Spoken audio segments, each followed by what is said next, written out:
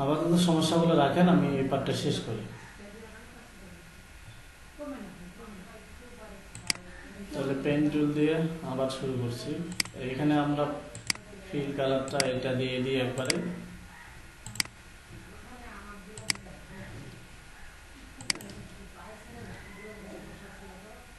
এখানে সিলেক্ট করলাম, এরপরে এই স্ট্যান্ডার্ড মানে সেফটি এরিয়া পর্যন্ত আগে রাউন্ড করে নেব যতটুকু আপনার সম্ভব হয়।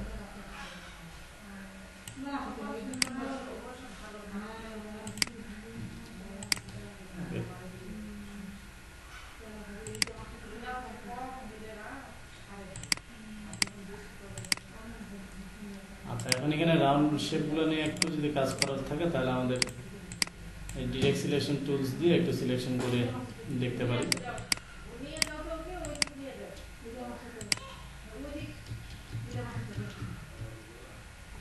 এই যে বাম পাশে একটু বাড়ে আছে, এটা ঠিক করে নেব। মানে কোনো পাশে ডিজাইন কোনো পাশে বাড়তি রাখা যাবে না, সব দিকে সমান করে নিতে হবে। এই যে বাড়তি যদি থাকে এটা ঠিক করে নিতে হবে।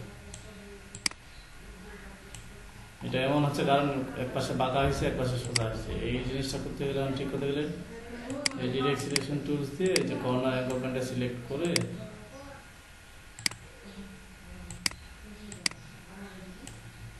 এখন দেখেন ঠিক হয়ে গেছে। এগুলো কোডের হিসাবে কিছু নেওয়ার নাই। পেন টুলের এই যে শেপগুলো এগুলো হলো যখন আপনার কাজ রেগুলার করতে করতে দেখা গেছে এগুলো ঠিক হয়ে যায়।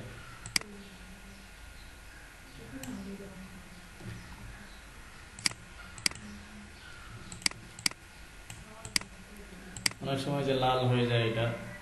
আচ্ছা, এটা তো সমান ছিল, এখন আমাদের ডিজাইনটা একটু এখানে চেঞ্জ হয়ে গেছে, যেমন হয়ে গেছে, খুব একটা ভালো হয় নাই। আচ্ছা, যেভাবে আছে থাক, আমি খালি প্রসেসটা কমপ্লিট করি। সাদা ব্যাকগ্রাউন্ড, নিচেরটা সাদা থাকবে, তাহলে এই যে কালোটা আগে নিয়ে নিতে হবে। আচ্ছা, আমরা যদি হুবহু সেম টু সেম করতে চাইতাম তাহলে যে জিনিসটা করতাম, আমাদের এই বিজনেস কার্ডটা একবারে সেম পুরো জায়গাটা নিয়ে নিতে হতো। এটার উপরে আমরা যদি নতুন অবস্থায় আপনাদের এইভাবেই করতে হবে, পেন টুল দিয়ে এইভাবেই চর্চা করতে হবে, তাহলে আমাদের শেপের রাউন্ডগুলো নেওয়ার সুবিধা হবে। যে এখানে শেষ করলাম, এখানে অল্টা ধরে কেটে দিয়ে রাউন্ড করতেছি।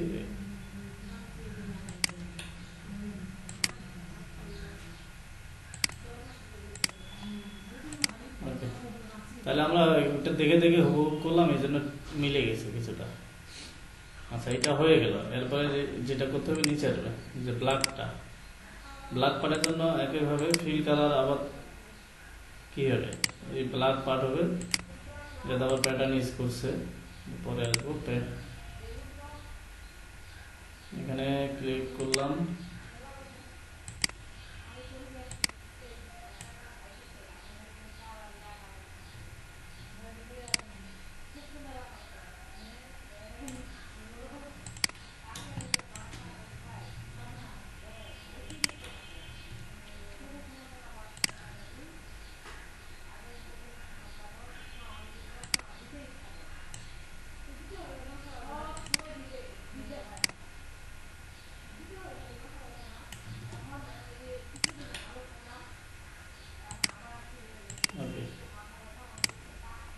তাহলে আমাদের এই দুইটা পার্ট, আচ্ছা কালারটা চেঞ্জ হয়ে গেছে এটা। এই তাহলে শেপে যাব, ফিল কালার একটা হবে এইটা উপরেরটা, আর কালোটার তো কালোটার এই কালোটা একটু ডিপ কালো করি।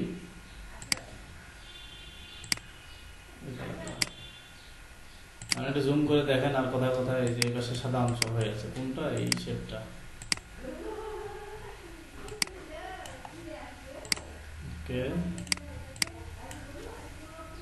আর এখানে যে রাউন্ড কম বেশি হয়ে গেছে, এখানে বুদ্ধি হলো রাউন্ডটা ঠিক হয়ে যাবে। কালার শেপটা নিচে দিব, আর উপরের শেপটা উপরে দিব। দেওয়ার পর কালারটা একটু এই শেপটার ভিতরে ঢুকাই দেব, মানে একটু উপরে দিয়ে দেব, তাহলে উপরের শেপটা শো করবে রাউন্ডটা। এখানে কালোর এই যে সাইডে একটু মানে এই শেপগুলোর যে বাড়তি রাখা যাবে না, বাইরে যদি কোনো বড় অংশ দেখেন এই বাড়তিটা রাখা যাবে না ডিজাইনের ক্ষেত্রে, আর না হলে এগুলো প্রিন্ট করে প্রবলেম হয়। আচ্ছা এইখানে একটু রাউন্ড হয় নাই, তাহলে এটা যদি এটা ফ্রি ট্রান্সফর্ম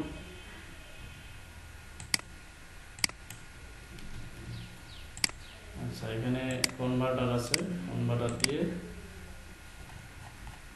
সিলেকশন হচ্ছে কি না